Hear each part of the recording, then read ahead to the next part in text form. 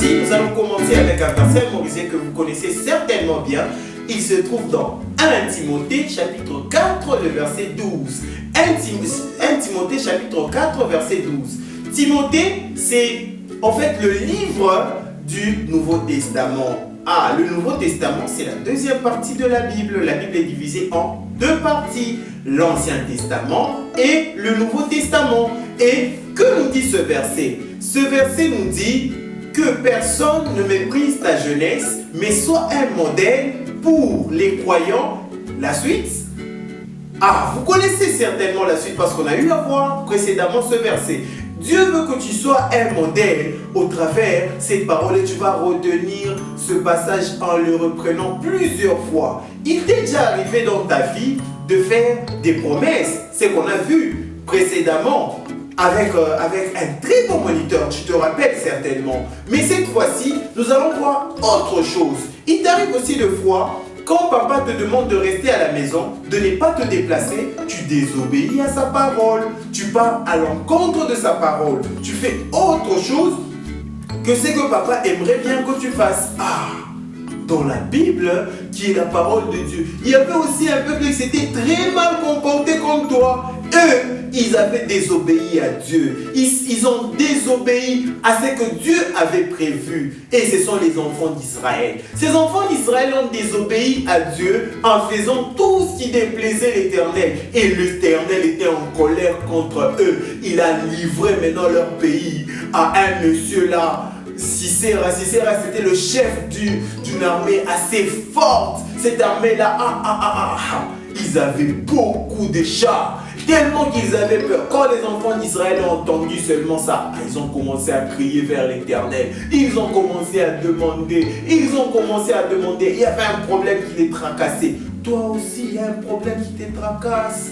Et ce problème-là, c'est le péché. Tout ce que tu penses, tout ce que tu dis, tout ce que tu fais qui ne plaît pas à Dieu. Mais ce Dieu qui t'aime, il n'aime pas que tu puisses mourir avec le péché.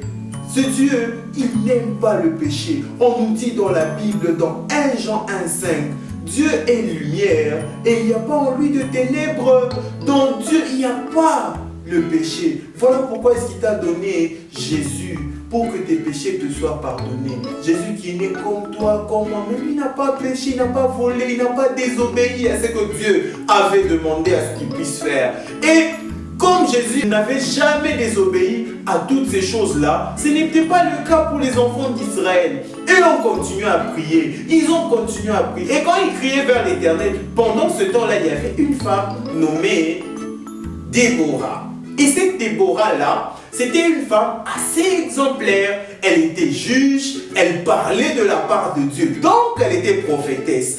Tout ce qu'elle disait, elle portait les messages de Dieu. Elle était une prophétesse. Et Déborah était exemplaire parmi beaucoup des femmes. Est-ce que toi aussi tu es exemplaire? Est-ce que tu es un modèle pour ta génération, pour ta jeunesse? Parce qu'on l'a dit dans notre verset à mémoriser, que personne ne méprise ta jeunesse, mais sois un modèle. Mais cette Déborah ici, elle était vraiment une référence pour toute sa génération, pour plusieurs femmes. Et de la même manière qu'elle est vraiment exemplaire, qu'elle était exemplaire, j'aimerais bien que tu puisses être pareil. J'aimerais bien que tu puisses être pareil. Pas seulement moi, même pas moi, mais c'est Dieu qui veut que tu sois un modèle. Lorsque papa donne des instructions à la maison, il dit restez à la maison, ne faites pas telle ou telle autre chose, fais un effort de respecter. Ne fais même pas un effort, plus que des efforts, par au-delà de ce qu'on te demande. Respecte et obéis tes parents, obéis tout ce qu'on te demande de faire. C'est dans ce sens que tu vas plaire à Dieu. Déborah, qui était vraiment une référence en Israël, parce qu'elle était juge, en même temps et prophétesse, elle devait parler maintenant. Et quand elle a parlé, elle a appelé, elle a fait appel à un monsieur nommé Barak.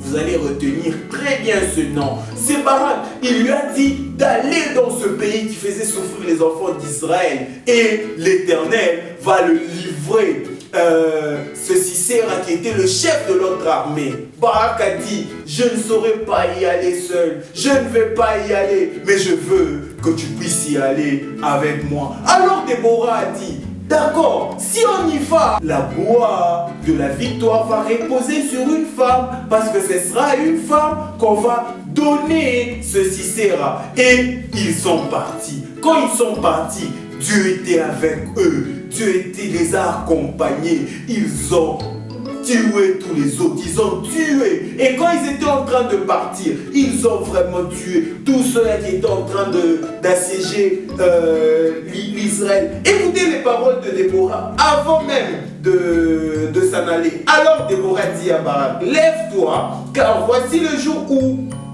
l'Éternel livrera Sisera entre tes mains. L'Éternel ne marche-t-il pas devant toi? Et Barak descendit du mont Tabor, ayant 10 000 hommes à sa suite. Déborah a rappelé à Barak qui avait l'Éternel auprès de lui. L'Éternel l'accompagnait dans toutes choses. L'Éternel t'accompagne aussi dans ses promesses. Quand il te demande d'obéir à sa parole, quand il te demande de suivre sa parole, il aimerait bien que tu puisses la suivre parce qu'il t'accompagne. Quand il dit quelque chose, il accompagne cela. Les parents, quand ils vous demandent de ne pas quitter la maison, de rentrer avant 19h, c'est parce qu'ils savent le danger qui vous guette lorsque vous allez au-delà de ce qui est prévu. Et ils sont partis. J'ai dit qu'ils ont tué tout le monde. Mais il y a un qui n'était pas là. Il s'est enfui. Quand ils ont tué tout le monde, les soldats là, il y a un. C'était Sisera, le chef de cette armée. Sisera s'est enfui. Quand il s'est enfui, il est allé demander à une femme, Jaël. Et quand il est allé demander à cette femme Jaël, qu'est-ce qui s'est passé? La femme lui a dit, viens, je veux te cacher. Tu vas te cacher, tu vas entrer en dessous là. Comme ça, le Sisera lui dit, si les gens viennent, dis-leur que je ne suis pas là. D'abord, avant cela, elle lui a donné du lait, il a bu. Et il s'est endormi profondément. Il s'est endormi. Pendant qu'il se reposait, profondément endormi. J'ai appris le pieu. Tu connais le pieu? C'est quelque chose son extrémité était très pointue en bois. Elle est venue avec, elle a enfoncé, elle a tapé très fort dans la tempe. La tempe, c'est la partie qu'il y a entre l'oreille et la face, juste là. Elle a tapé. Quand elle a tapé, il est mort. En plus, elle l'a couvert. Maintenant, il est sorti pour aller chercher Barak, pour accomplir ce que Dieu avait dit. C'est à une femme que Sisera a été livré. C'est une femme qui a tué. Ah, quel déshonneur! Un grand chef de l'armée être tué par une femme qui n'était même pas de l'armée. Et c'est comme ça que les enfants d'Israël ont progressé en tuant tous les autres là. Parce qu'ils avaient obéi à Dieu, ils avaient demandé à Dieu. Toi qui as déjà reçu le Seigneur Jésus dans ta vie, Dieu veut que tu sois un modèle. Dieu aimerait que tu puisses commencer à appliquer sa parole dans ta vie. Dieu aimerait que tu puisses être celui qui va être une référence, que tu sois un modèle. Et toi qui n'as pas encore reçu le Seigneur Jésus, la Bible nous dit dans Romains chapitre 10, verset 13, car quiconque invoquera le nom du Seigneur sera sauvé. Dieu veut que tu sois sauvé. Dieu ne veut pas que tu puisses mourir à cause de tes péchés. Voilà pourquoi tu vas fermer tes yeux et tu vas incliner ta tête et tu fais avec moi cette prière. Seigneur Jésus, me voici, je viens à toi. Reçois-moi dans ta présence. Je t'invite dans mon cœur. Prends et dirige ma vie. Au nom de Jésus. Amen. Merci et merci beaucoup d'avoir suivi cet enseignement et surtout, n'oubliez pas de mettre cet enseignement en pratique. En suivant à la fin de cet enseignement, n'oubliez pas d'aimer notre page. Bye bye et à la prochaine!